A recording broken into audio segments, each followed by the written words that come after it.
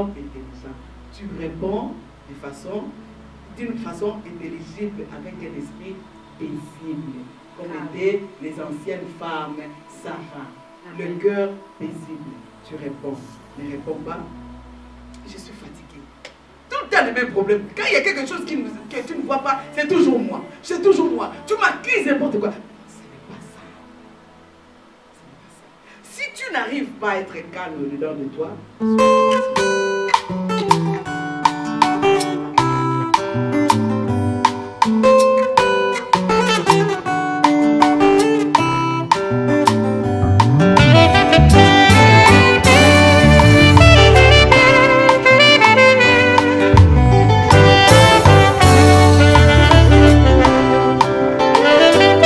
nakoki te koboma ye, nakoki te kofanda kinyo, nakoki te nazanga maloba ye, nakoki te nakanga monoko, bolamu ya Nzambe eleki bomoninga, nakoki te koboma ye, awe mpona bolamu oyo osali ye. Bonjour chers internautes, bienvenue dans notre émission Femme pleine de gloire. Nous saluons tous nos internautes qui nous suivent de près ou de loin. Que Dieu vous bénisse et nous profitons de l'occasion pour saluer notre Seigneur, sa présence parmi nous. La Bible dit, quoi que nous buvons, quoi que nous mangeons, faisons tout ça pour la gloire de Dieu. Amen. Alors cette émission, c'est pour la gloire de notre Seigneur Jésus. Nous élevons Jésus partout et dans toutes choses.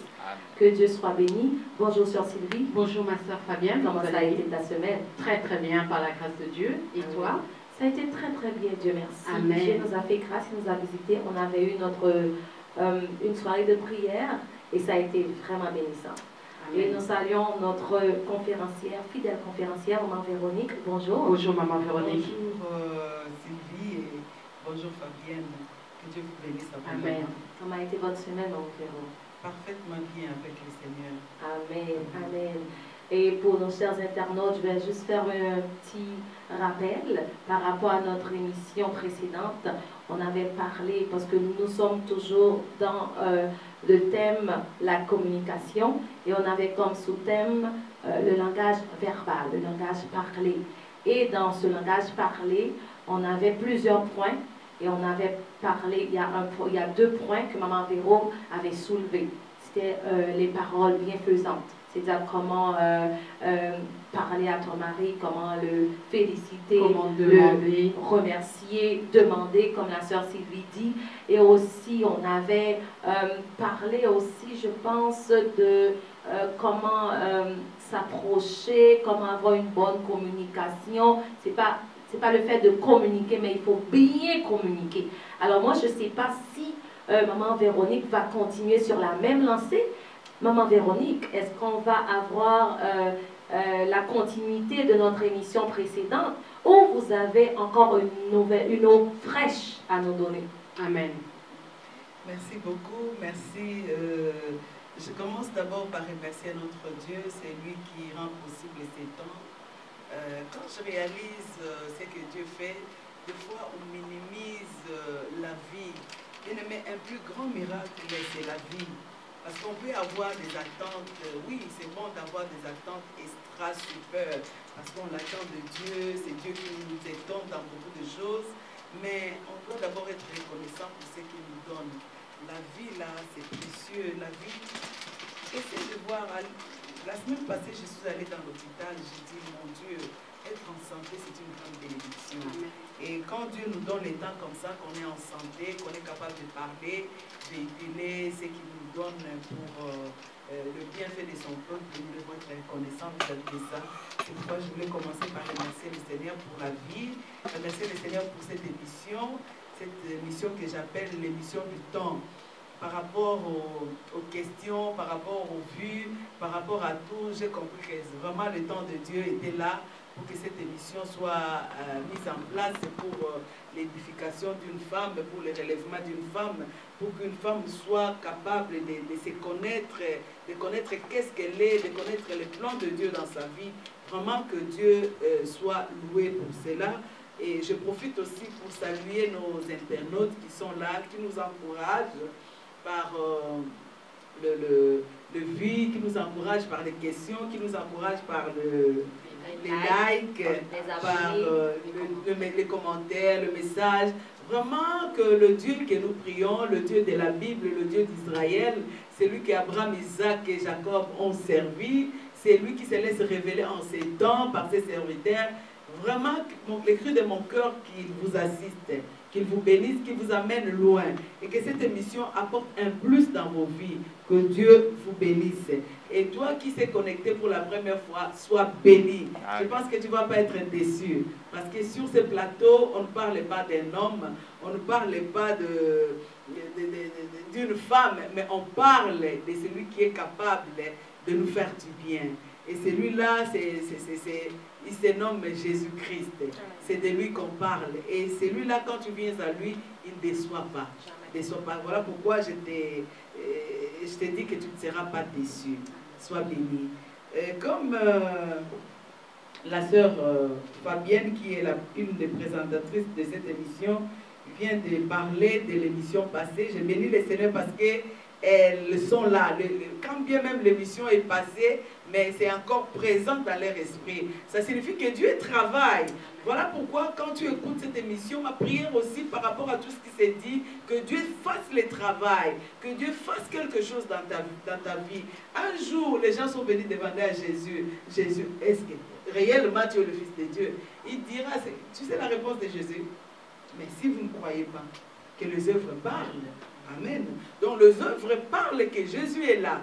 Donc quand cette émission est présente dans la vie de quelqu'un, ça signifie quelque part les œuvres de Dieu parlent dans la vie de quelqu'un. Et quand Dieu travaille dans la vie de quelqu'un, sûr et certain, qu'importe le temps ça prendra, il y aura des fruits palpables.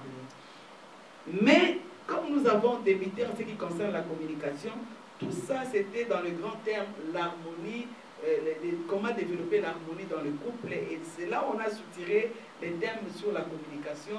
On a commencé, je pense, il y a 3 ou 4 émissions passées, on a commencé à parler de la communication, des langages verbal.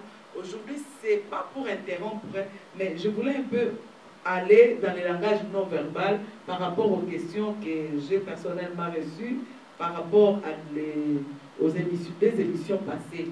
Là, on a parlé du lait et du miel, et il y a beaucoup de questions qui me sont venues par rapport au langage non verbal. C'est pourquoi aujourd'hui, je voulais aller dans ce sens-là, parler des langages non verbal. Les langages bouche fermée. Amen. Ma question, maman Véronique, est-ce qu'on peut parler sans ouvrir la bouche? Oui. On peut parler sans ouvrir la bouche. On peut communiquer sans ouvrir la bouche.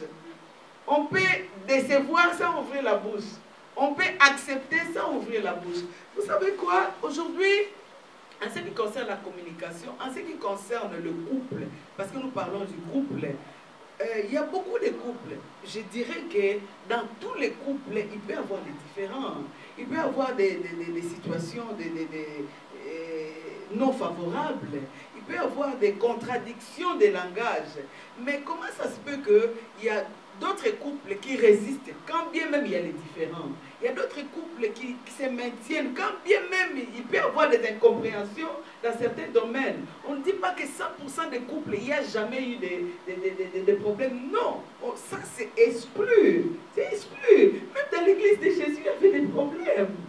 C'est exclu. Nous venons des coins différents, nous venons des familles différentes, nous venons des cultures parfois différentes, nous venons adultes, on se met ensemble. Bien aimé, même avec Dieu, ensemble, deux personnes qui viennent des endroits différents, c'est sûr qu'ils ne peuvent pas prendre comme un sifflet, construire comme ça, et tout puisse aller bien.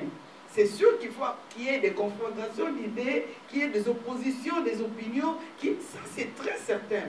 Mais dans tout cela, mais pourquoi il y a certains couples qui résistent dans ça, qui continuent dans ça, et qui s'améliorent dans ça? Et pourquoi il y a d'autres qui se rangent et qui finissent par être brisés? Le même difficulté, qu'importe spirituel, matériel, financier ou quoi, mais les mêmes difficultés est gérée dans un couple bien, et d'autres couples, ces mêmes difficultés n'est pas bien gérée et ces couples finissent par être brisés. Pourquoi? Parce qu'aujourd'hui, parce que nous parlons de la femme, il y a beaucoup de femmes, comme je disais, qui se marient pour se marier. Mais non, quand on rentre dans cette situation, on doit savoir pourquoi on rentre dans ces liens du mariage. Deux, ce lien du mariage a commencé comment? C'est qui l'instituteur? Et c'est quoi le code de celui qui a institué, qui donne aux gens qui vont rentrer? Ça prend ça. Et puis ça prend, pour que les couples se maintiennent, les savoir-faire aussi. Les savoir-faire, la connaissance de certaines choses. Parce que manquer la connaissance de certaines choses peut amener la mort, la destruction. La Bible nous dit, mon peuple qui n'a pas de connaissance, il périt. Mais le peuple là, c'est le peuple de Dieu. Mais qui manque la connaissance en ce qui concerne le mariage, il va périr. Voilà pourquoi on a besoin de Naomi. Naomi, c'est Maman Véro. Maman Véro, c'est Naomi. Pour vous donner des petits trucs. Naomi devait former Ruth. Mais Ruth a passé l'expérience dans un mariage, non? Elle était mariée. Mais quand elle est arrivée à Bethléem, il fallait que Naomi soit là. Qu'elle lui donne les petits trucs. Comment faire pour saisir le cœur de l'homme qui va venir? Comment faire pour que le cœur de cet homme-là s'assoie? Comment faire pour que l'homme-là, quand il te faut dire, oh, tous les jours, l'homme est ébloui. Comment faire? Ça prend Naomi. Tu rejettes la parole de Naomi, Ruth, mais tu ne vas pas réjouir Boaz. C'est ça. Ne rejette pas la parole de Maman Véro. Maman Véro, c'est Naomi. Qui va te donner des petits trucs pour que le cœur de ton mari se réjouisse. Je te dis, ça peut prendre le temps où ça prend, où les désordres rentrent. Mais sache qu'avec Dieu, tout peut se refaire. Amen. Voilà pourquoi Naomi, aujourd'hui, vient à la personne de Maman Véro pour te donner des conseils. Aujourd'hui, nous allons parler à ce qui concerne la communication, mais le silence.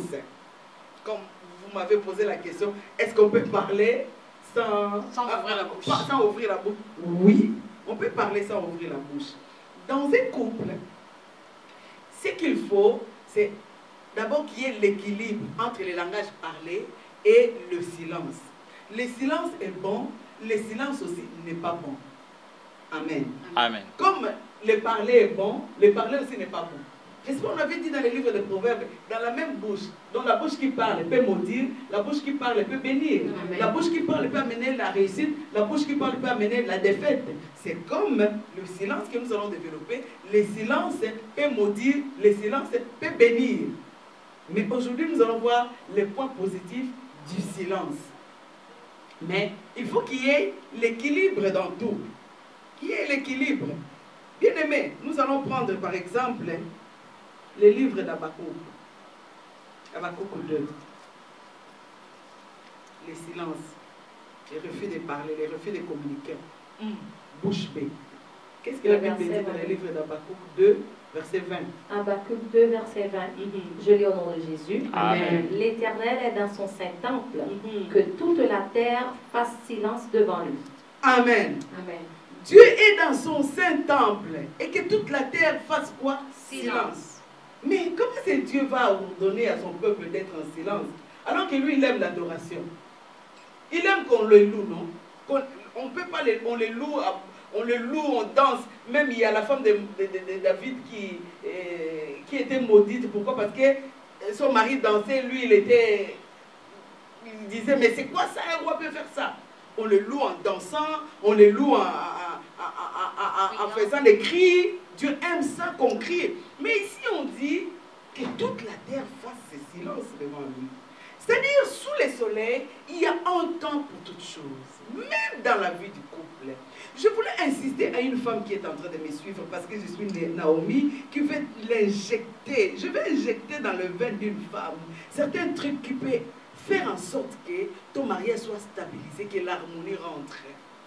Il y a un temps sous le soleil pour toutes choses. Il y a un temps pour rire, il y a un temps pour pleurer, il y a un temps pour pleurer, il y a un temps pour se réjouir. Il y a un temps pour parler, il y a un temps pour le silence.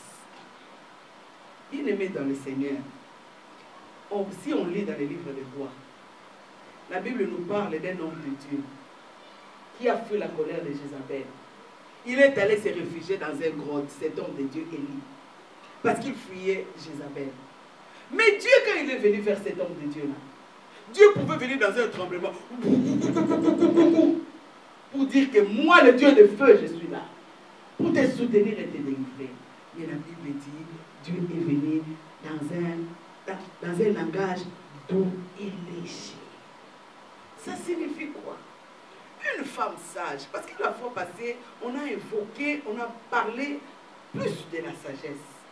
Une femme sage qui voit son mari être silencieux, alors qu'il a l'habitude de parler. Il est dans un coin silencieux. Il ne parle pas.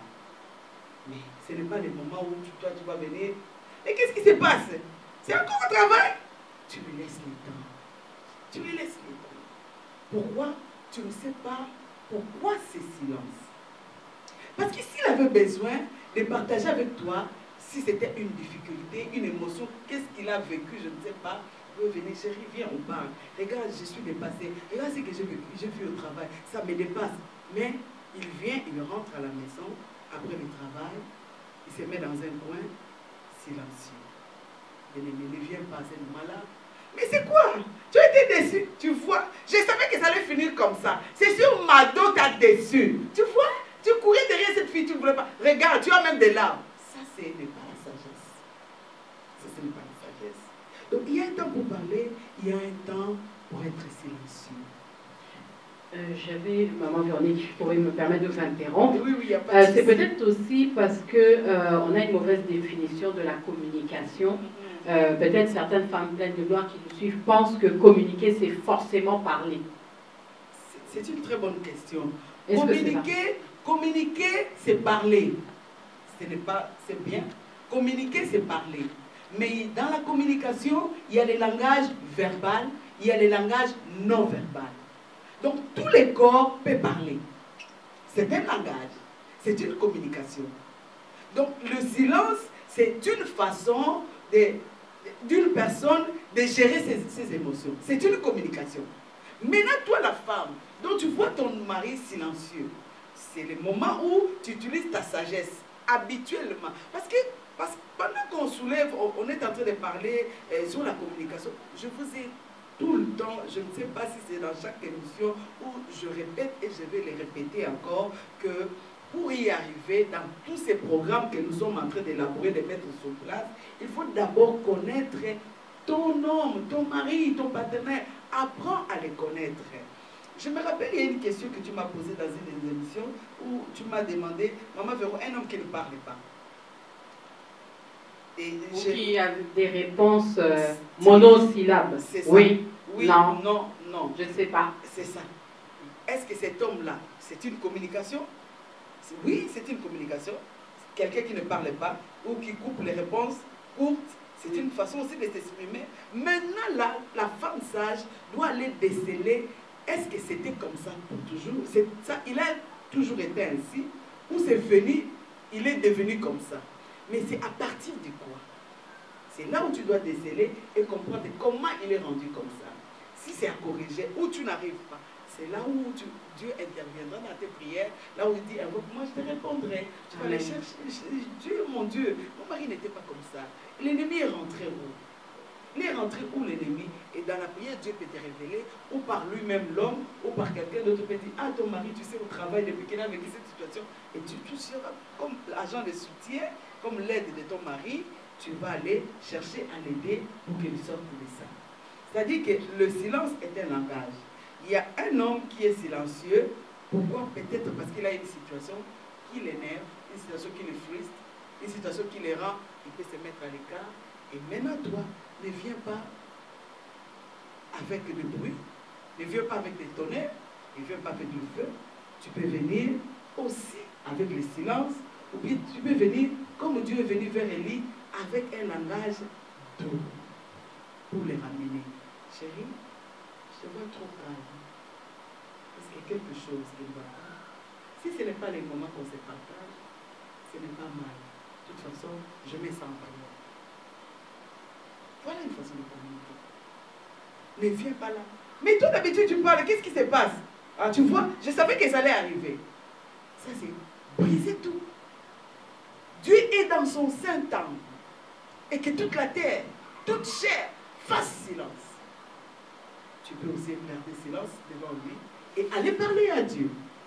Oh mon Dieu, mon mari n'a jamais été comme ça. C'est là que tu mettes la paix dans son cœur. Parce que son silence va briser l'harmonie dans la maison, va frustrer les enfants. Parce que c'est un langage de silence aussi.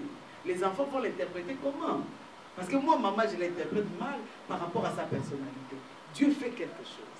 Mais soit tu viens, tu ne parles pas devant lui, tu vas t'adresser à Dieu.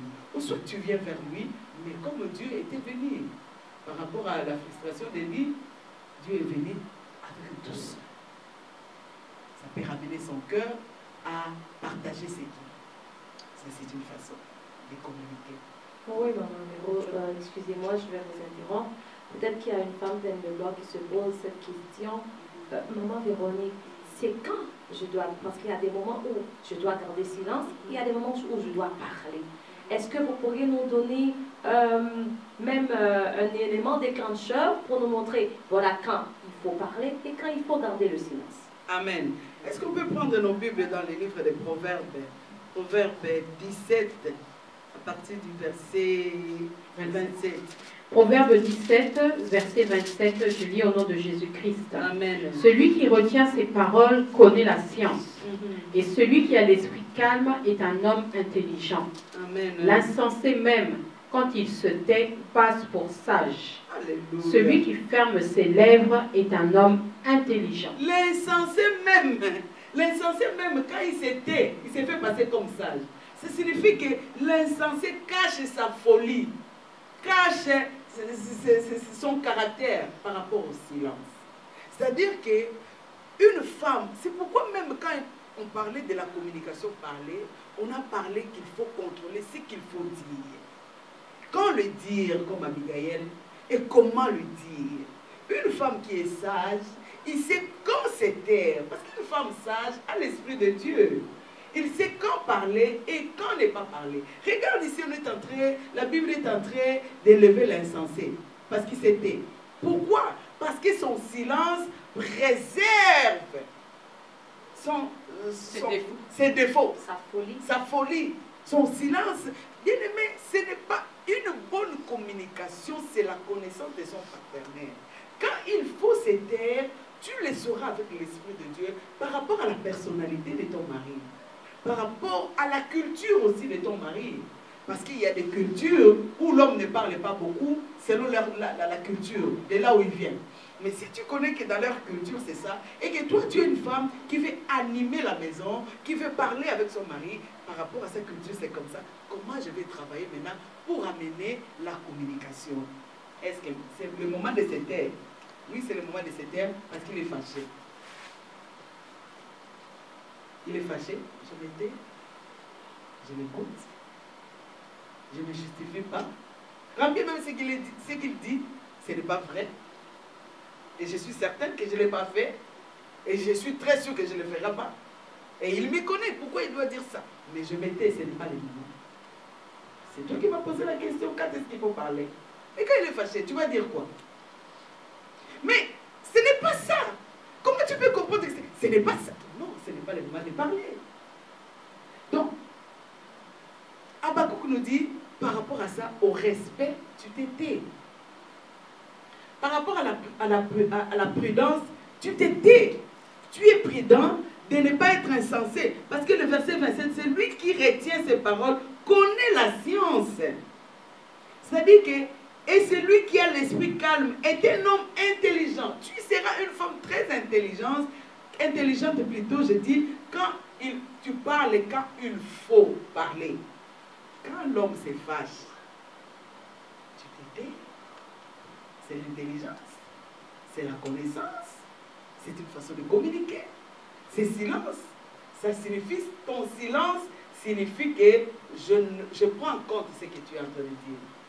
Je n'accepte pas, parce que ce n'est pas juste, mais je prends en compte. Pourquoi? Parce que dans tout, il y a un enseignement. Mais quand il se fâche, ah, toi aussi, il y a une femme qui m'a posé la question, Maman Véro, un homme qui s'énerve tout le temps. Qu'est-ce qu'on fait? Il t'appelle au travail. Hey, j'avais laissé un document ici, est-ce que tu as vu ça?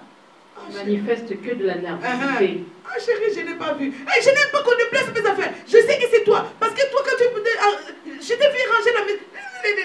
Est-ce que c'est le moment de parler? Dis-moi, est-ce que si tu parles, tu vas le faire comprendre? Il va t'écouter. C'est le moment de se Maman Véronique. Oui. Par rapport à ce cas que vous venez de nous présenter, il y a certaines personnes, si on se tait, ils vont dire, bon, je vais dire en langage un peu familier. Il va dire, oui, mais tu me prends pour un imbécile, pourquoi tu parles pas? Pourquoi tu réponds pas? C'est là où ça rejoint la personnalité de ton mari. D'accord. Si tu t'étais, il te dit, mais tu me prends pour un imbécile, je te pose des questions, parce que pendant qu'il se fâche là, il te pose aussi des questions. Réponds-moi, c'est toi qui as pris. Non, ce n'est pas moi. J'ai arrangé le comptoir, mais je n'ai pas touché à cette facture-là, je n'ai pas touché à ces documents-là, parce que je savais que tu avais besoin. Tu sais, c'est ça. Mais pendant qu'il est en train de s'énerver, tu t'étais par rapport à sa personnalité. Mais tu réponds par rapport à sa personnalité. S'il va vouloir que tu répondes, mais comment maintenant répondre? C'est la question qui nous dit, celui qui a l'esprit calme est un homme intelligent. Tu réponds d'une façon intelligible, avec un esprit paisible, comme étaient les anciennes femmes, Sarah. Le cœur paisible. Tu réponds. Ne réponds pas.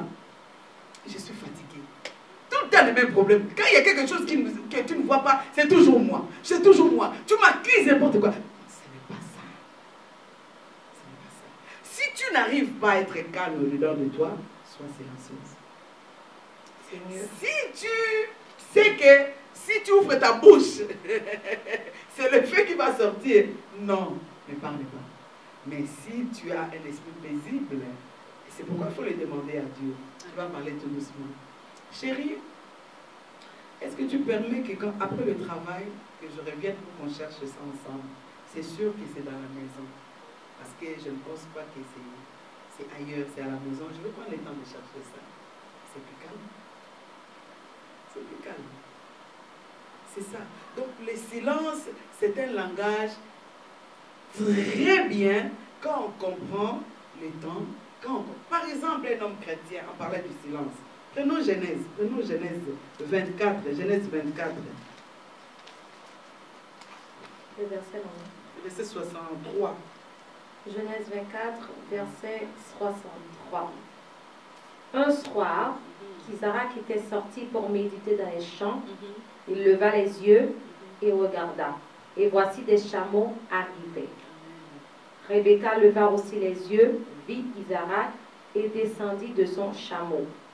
Elle dit au serviteur, « Qui est cet homme qui vient dans les champs à notre rencontre ?» Et le serviteur répondit, « C'est mon Seigneur. » Alors elle prit son voile et se couvrit. Le serviteur raconta à Isaac toutes les choses qu'il avait faites. Isaac conduit Rebecca dans la tente de Sarah, sa mère. Il prit Rebecca, qui devint sa femme. Amen. C'est ce que je voulais soulever dans ce passage, c'est le silence. Quand est-ce que Isaac est parti? Pourquoi il est parti? La Bible dit, le verset 63, juste le verset 63, la première partie. Il était sorti pour méditer. Il est sorti un soir pour méditer. Bien aimé, des fois, les bruits, tout ce qu'on entend, les autos, radio, il y a des moments où l'homme doit, même toi la femme, le Seigneur t'appelle à être seul, dans la méditation. Même Jésus lui-même, le modèle, avant qu'il commence son ministère, il est allé dans le désert, rester seul, en réflexion, par rapport à la mission qu'il devait accomplir.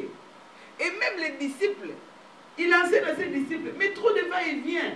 Cherchez un moment de réplique, que vous soyez seul, que vous soyez calme, pour réfléchir. Réfléchir là, en méditation, par rapport au bonheur du couple, par rapport à notre vie future. Il y a des fois, un homme qui prie, mais un homme même qui ne connaît pas les Seigneurs, peut prendre un moment pour chercher le bonheur de son couple, pour chercher le bonheur de sa femme. Il peut se prendre le temps de réfléchir, mais on a fini l'année. Il y a des choses qu'on a fait qui n'en ont pas Dieu. On a fini l'année. Il n'y a rien de positif qui est rentré à la maison.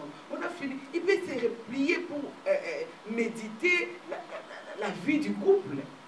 Il peut se replier pour voir, mais comment on a beaucoup eu des entrées de fonds, mais concrètement, il n'y a rien. Il peut se mettre en retrait pour méditer. Comme Isaac, il est allé un soir pour la méditation. Mais toi, une femme bouillante, qui est toujours nerveuse, qui aiment toujours parler. Parce qu'on a dit qu'il faut communiquer, c'est parler. Quand tu vois un homme arrêté comme ça, mais qu'est-ce qu'il y a? Parce que tu ne veux pas me parler. Toi, tu n'aimes pas parler. Un homme arrêté comme ça, c'est sûr que peut-être son arrêt sera non. Fais ça seul. Toi, tu vas dire, ah, ces paroles sont courtes. Et tu les catalogues. Il est toujours comme ça. Non. Peut-être que c'est pour le bien de la maison. Il s'est mis en retrait pour voir comme Jésus. C'était par rapport à sa mission. Mais une femme qui est sage va comprendre que non. Ça, c'est mon mari est en train de méditer. Bien aimé, une femme sage, hein, même si c'est la méditation, ce n'est pas pour le bonheur de la maison.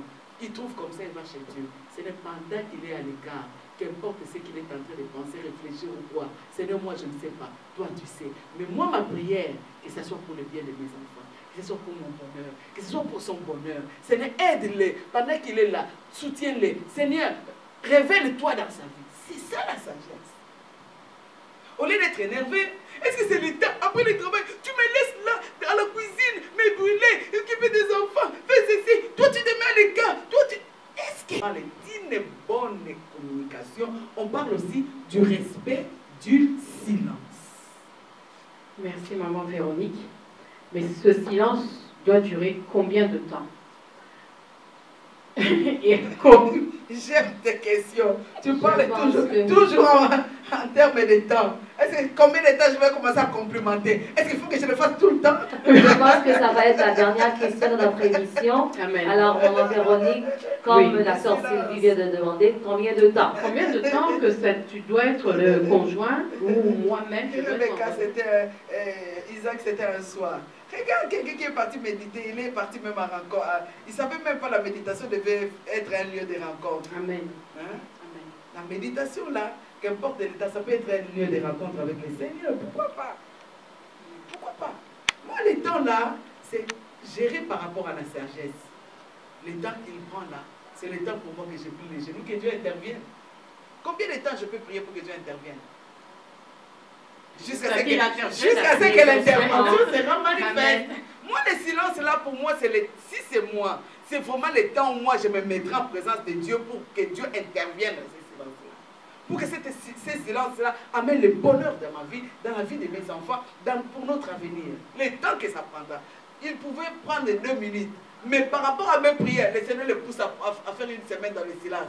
Et Dieu travaille par rapport à ça pour mon bonheur. C'est ça, gérer les choses. Une femme sage peut gérer les choses différemment.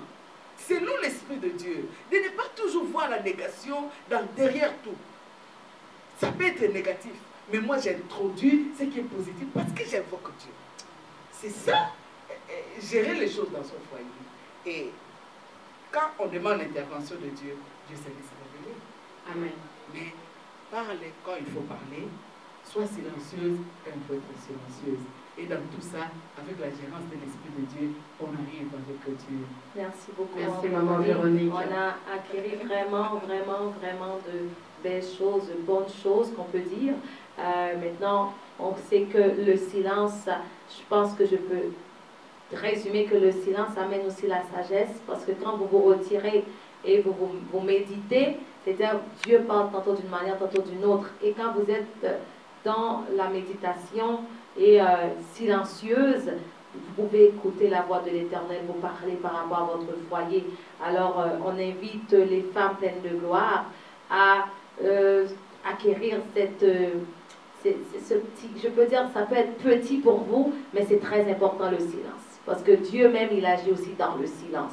N'est-ce pas, sœur Sylvie? Oui, bien sûr. Et si vous rencontrez des difficultés, parce que c'est pas facile de pouvoir vraiment suivre ce que Dieu dit, mais par la grâce de Dieu, vous pouvez contacter maman Véronique qui est remplie, qui a des paniers, des valises d'astuces pour les couples, pour les femmes. Donc, vous pouvez la contacter par numéro de téléphone. Une Naomi au 514-677-2893 ou au 514-653-6297. Ce sera un plaisir pour nous. Vous pouvez nous appeler ou envoyer un texte. Vos commentaires sont les bienvenus et les questions aussi sont les bienvenues. Et aussi, quand vous posez des questions ou vous faites des commentaires, vous pouvez aussi nous donner des suggestions pour améliorer notre émission. Nous sommes ouverts. Merci. Voilà, et n'oubliez pas que si vous avez raté les émissions précédentes, où Maman Véronique parlait de bâtir son foyer, reconstruire, vraiment établir l'harmonie dans son couple, vous pouvez regarder les vidéos sur Facebook ou sur YouTube. Et aussi sur WhatsApp, vous pouvez aussi sur YouTube cliquer sur le pouce en l'air pour liker, ça nous aide beaucoup. Et aussi, il y a un écriteau rouge pour les gens qui ne voient pas, c'est s'abonner. Vous pouvez cliquer sur s'abonner et après, vous allez cliquer sur la petite cloche. Comme ça, vous allez recevoir toutes nos émissions qui seront diffusées à l'instant même. Ça veut dire que vous serez les premiers à visionner ces émissions-là. Alors, je vous dis merci de nous avoir suivis.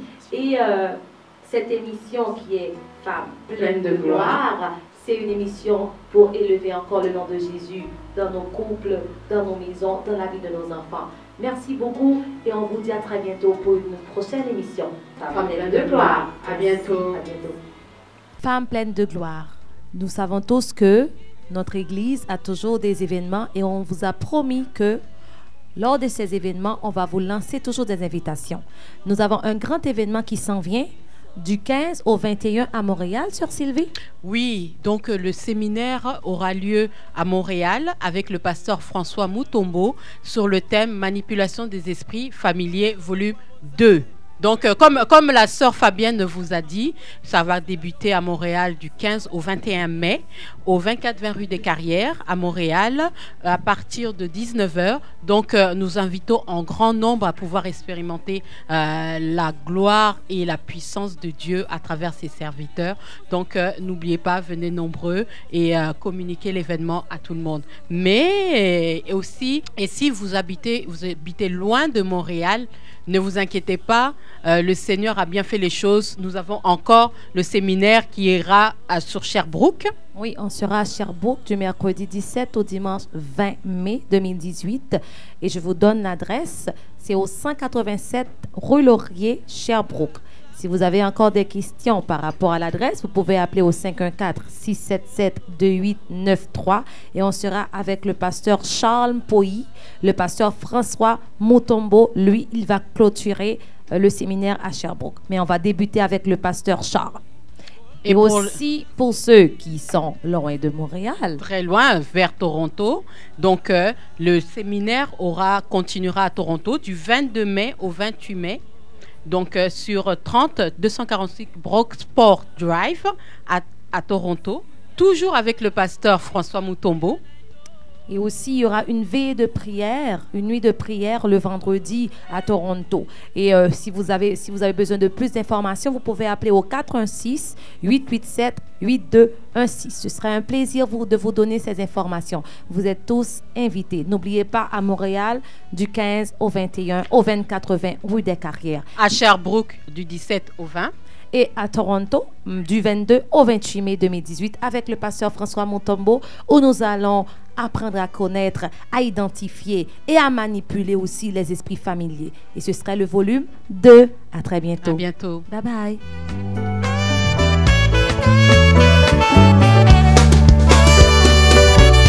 Ozali solo likonzi lisimbi dako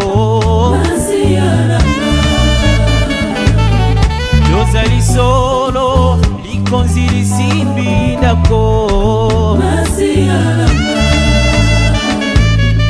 Ozali solo motongi andakwa bomo inanga Ozali solo mwinda moko ngengisa na